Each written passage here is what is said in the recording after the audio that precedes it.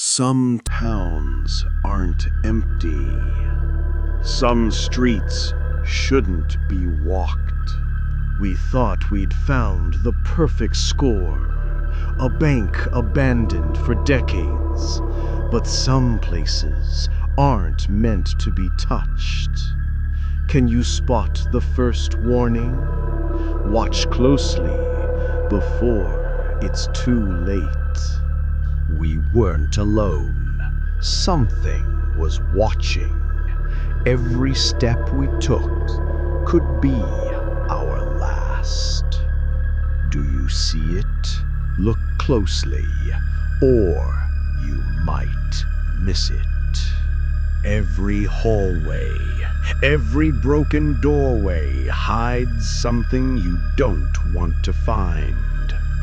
Pay attention, because what you miss might follow you home. Pause if you have to. Did you see it move? One path leads to the loot, the other to the unknown. Which would you choose, left or right?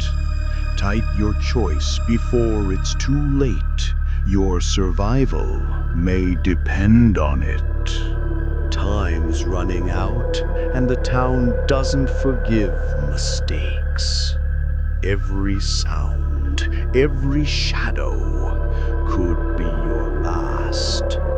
Did you catch the anomalies? Look again before it's too late. We thought we'd be rich, but we weren't alone. And whatever's here doesn't forgive. Would you survive?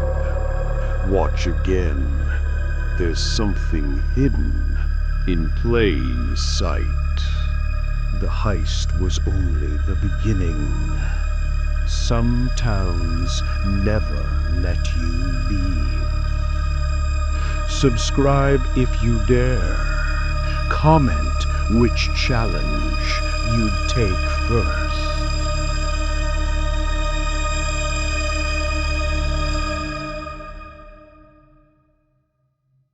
We robbed a bank in an abandoned town. The perfect score.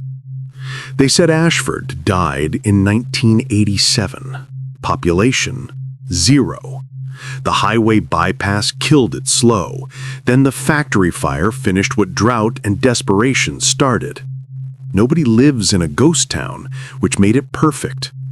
The First National Bank of Ashford, according to county records, held $2.3 million in unclaimed deposits when the FDIC stopped bothering to check.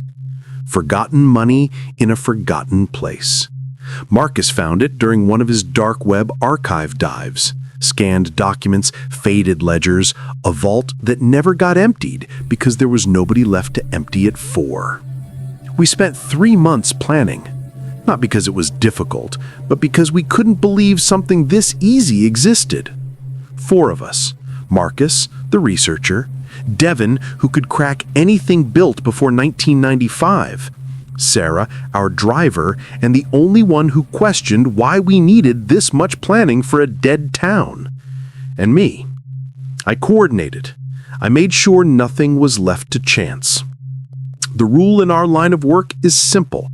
If it seems too good to be true, you haven't found the catch yet.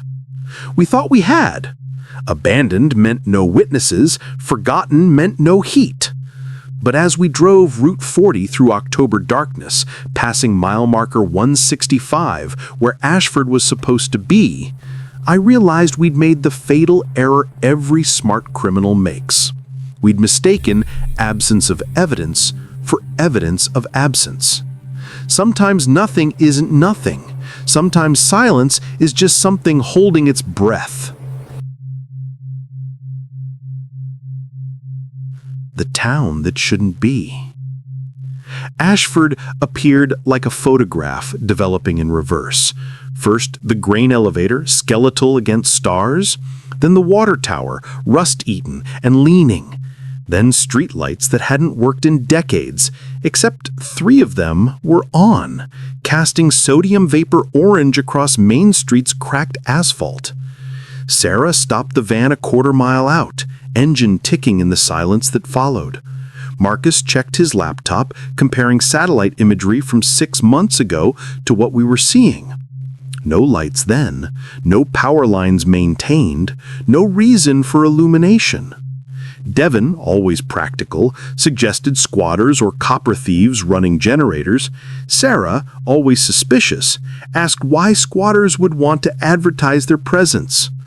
I watched those 3 streetlights and counted the rhythm of their flicker. Irregular, but patterned. Morse code, maybe, if Morse code had a stutter and an accent from somewhere that didn't use alphabets. We'd come too far to back out over atmospheric anomalies. That's what I told them. That's what I told myself. The truth is, $2.3 million makes you rationalize anything. It makes you forget that towns don't just die. They're killed. And sometimes what kills them doesn't leave afterward. Sometimes it stays, wearing the town's skin, waiting for someone stupid enough to walk in expecting nothing to walk back out. The bank sat at the intersection of Main and Founders, a 2-story brick building with Art Deco flourishes and windows boarded with plywood that looked suspiciously new. Marcus consulted his maps. The vault was basement level, accessible through the manager's office. Devon estimated 30 minutes to crack the lock, maybe 40 if the mechanism had rusted. Sarah would stay with the van, engine running, monitoring police frequencies that shouldn't exist but probably should be checked anyway. I'd go in with them because leaders don't send people places they won't go themselves, and because something about those streetlights made me want to keep everyone in my sight. We moved through Ashford's Main Street at 2:47 a.m., and that's when we saw them. Not people, not exactly. Figures standing in windows, perfectly still, watching us with attention that somehow transmitted through boarded glass and October darkness. The vault that waited. The bank's front door was unlocked. Not picked, not forced, just unlocked. The brass handle turning smooth as if it had been maintained, oiled, expectant. Marcus went to say something about it, then didn't, which told me he was thinking what I was thinking but didn't want to give the thought oxygen.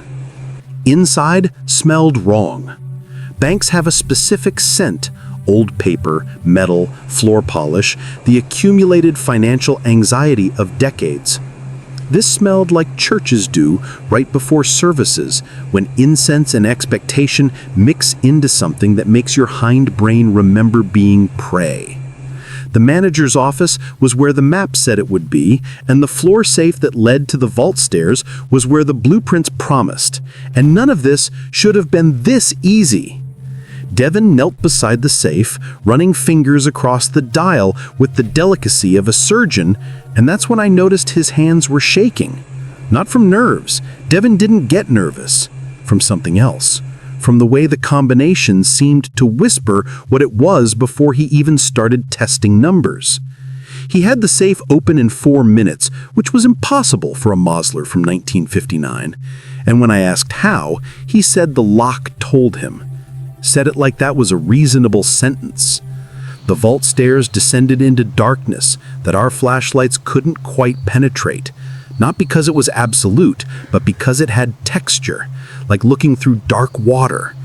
Sarah's voice crackled through our comms, saying something about the van's electrical system going haywire, and then static, and then nothing. I told Marcus to stay with Devon, told them I'd check on Sarah, and they both looked at me with the blank expression you can't read on smooth ivory faces, but somehow communicate through body language. We all knew they were lying. I knew they knew. We all went down together because separating in a horror movie is how you die, and this was starting to feel like we'd walked onto a set where we hadn't read the script, but everyone else had memorized their lines. The vault was full, not just with money, but with specificity. Bundled hundreds arranged in perfect stacks, each stack exactly the same height, each band exactly the same tension, each bill crisp as if printed yesterday despite being locked here for 37 years. $2.3 million, just like the record said. And that's when I knew we were in trouble. Because life doesn't have that kind of precision. Reality has variations. Dust, decay, the subtle wrongness of entropy doing its work. This looked like a movie prop department's idea of a bank vault. This looked like bait. Marcus reached for a stack, and I grabbed his wrist before he could touch it. He turned his smooth ivory head toward me, and even without features I could read the question. After everything, after planning and risking and coming this far, was I really going to stop us from taking what we came for? Yes. Because sometimes the smartest thing you can do is recognize when you're in a trap before it closes. But Devon had already loaded his bag, and the moment his hand wrapped around the first bundle, the vault door slammed shut with the sound like a mouth closing. The lights went out, and in the darkness we heard breathing. Not ours, something else. Something large and patient and very, very old. When the emergency lighting clicked on, dim, red, meant for earthquakes and bank robberies gone wrong, we saw them. The residents of Ashford. They hadn't left. They'd descended. Into this vault where they'd been waiting since 1987, since the fire, since whatever made them trade their forms for something else. They stood between us and the door, 30 or 40 figures, wearing what used to be clothes but had become part of their skin, faces that weren't blanked like ours but had too many features in the wrong places, mouths that opened too wide and showed teeth like filed keys. The money in our bags started to move, started to unfold, started to root. They didn't attack. That would have been merciful. Instead, they welcomed us, spoke in voices like papers shuffling, like old film projectors, like the sound of a town dying slowly enough that nobody noticed until the silence became normal. They explained, because horror loves to explain itself, loves to make you understand what's happening while you're powerless to stop it. That Ashford didn't empty in 1987. It inverted. Something in the factory fire, some chemical cocktail or ritual gone wrong or punishment earned, turned the town inside out. The people became functions instead of persons. The bank became a mechanism. The money became bait. Reset every few years, the numbers on the bills changing but always totaling 2.3 million, because precision is important in transactions. They fed on certainty. On the moment when someone believes they found the perfect crime, the guaranteed score, the exception to risk. That belief, that surrender to greed and rationalization, that's what they harvested. That's what they needed to continue existing in this liminal state between town and tomb. We were the seventh crew since 1987. There would be others. There are always others who find the archived documents, who do the research, who convince themselves that abandoned means unguarded. Marcus was the first to change. His tactical vest beginning to merge with his smooth ivory surface, pockets becoming part of his anatomy, the laptop bag's strap growing into his shoulder like a vine into brick.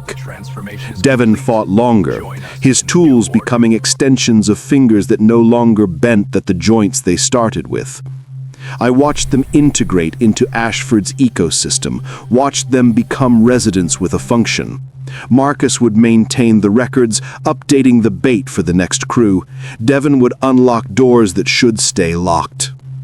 And I realized with the clarity that comes too late that this was always the design. The researchers get trapped to lure researchers. The crackers get trapped to ensure entry. The coordinators, people like me who think they're smarter than the trap, get trapped to plan the next harvest. The money we'd touched was already routing through our systems, rewriting us at a level where consciousness becomes negotiable. The role that remains. Sarah never came down. Smart, I thought at first, staying with the van, keeping an exit ready. Then I understood. She was the smart one who gets away, who drives off when the crew doesn't return, who tells the story that draws the next crew. The legend of the abandoned town bank, the $2.3 million just sitting there, the coordinates and the archived documents somehow finding their way to the right dark web forums, the right criminal networks, delivered by someone who seems credible because she escaped. She's been escaping for 37 years.